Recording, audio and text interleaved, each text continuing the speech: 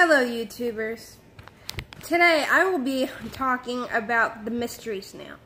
Now, you may not have heard about a mystery snail before, but it's something that's pretty common where I live. It's an aquatic snail that any aquarium keeper could have, beginner or experienced. There's a few things you need to learn about it before you can take care of it, though. First thing, you have to have fine mesh covering around your filter intake if you have an external filter, because the snails can get sucked up into the filter and get separated from their shells and die, which is not good. So, always make sure to have, well, what I do is I have a fine mesh sachet that I tied over my filter intake, and it's protected the snails, and they're doing good, so that works. You can you can also get like a foam cover to put on. Those are kind of harder to find, though. Anyway, I can show you what I mean, because I have one in this tank right here.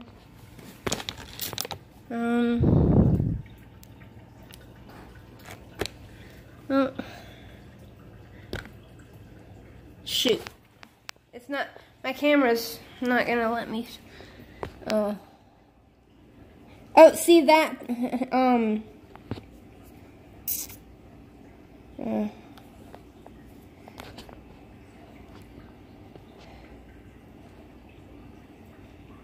see that thing right there, that white thing?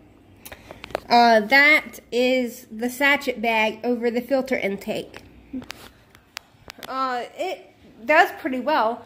I mean, I have 5 mystery snails in there, and they're growing like weeds. I think a few of them are adult size now, which is cool because I got them when they were about the size of a dime. In fact, one of them's climbing the glass. Here's one of them. They come in very pretty morphs. You can get them with blue shells and black bodies, or like what you just saw, golden shells and white bodies. Or albinos, or calicos. There's all different types. It's really neat. Now, they do like hard water because their shells need hard water to keep calcified. So, what I would recommend is, if you have acidic water, I would recommend making it hard by introducing like eggshells or calcium supplements, stuff like that. And it'll keep the water hard enough for the snails, probably. There's also videos about how to get your water harder, so... Anyway, something else you need to know about mystery snails is they will eat all of the algae on your tank. Even the brown algae, those little tiny specks that you see at the top of the tank that are almost impossible to remove. Yeah, they'll get that. So, they're actually really essential to your tank health when you think about it. And where's that snail? Oh, he fell. Okay. Anyway, yeah, so they're essential. I mean, I see snail trails on the algae about showing how much work they've done. Because I used to, one of the sides of my aquarium used to be covered in algae, and now it's almost gone. So, and I've only had them for, I want to say 6 months. So yeah, that's pretty good.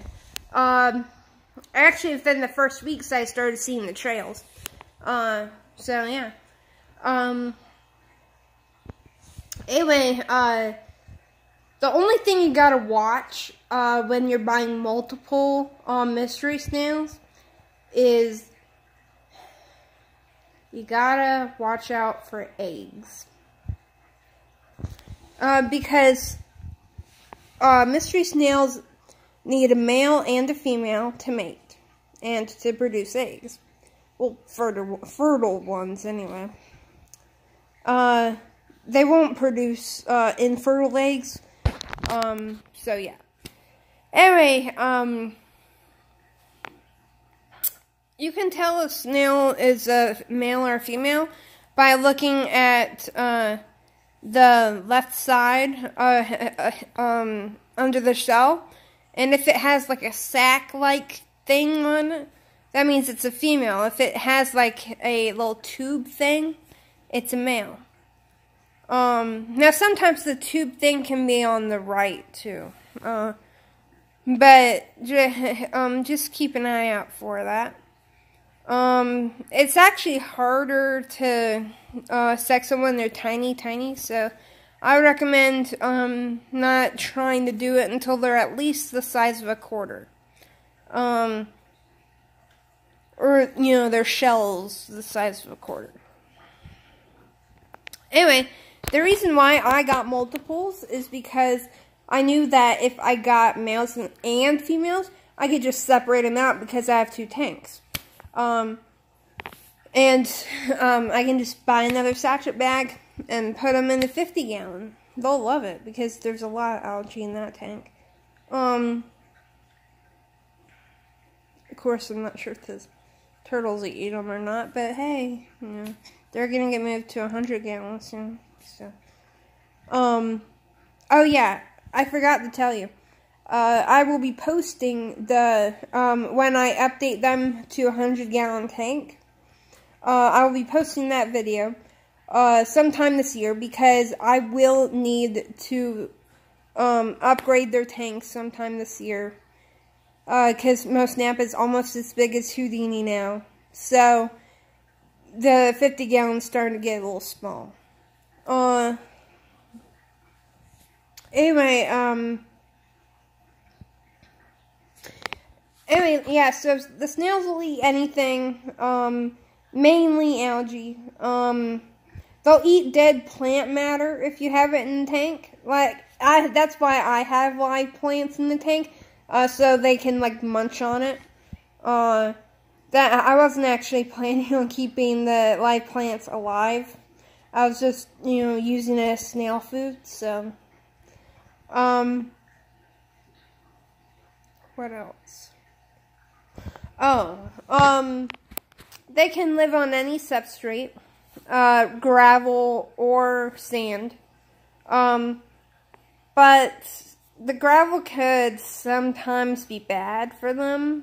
I have mine on, like, a really small pebble gravel, which is fine, but I try to avoid the really rocky gravel with mystery snails because it can, like, scratch their shell, and, if they fall, it can, like, really hurt them, so I just try to avoid that. But sometimes it's unavoidable because, that's what most gravels are, so, whatever, I just keep that in mind, if you have them in a hard gravel tank.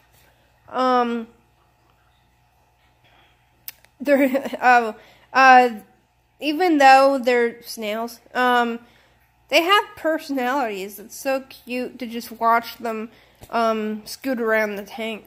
And sometimes, what they'll do is if you have, like, a really strong current,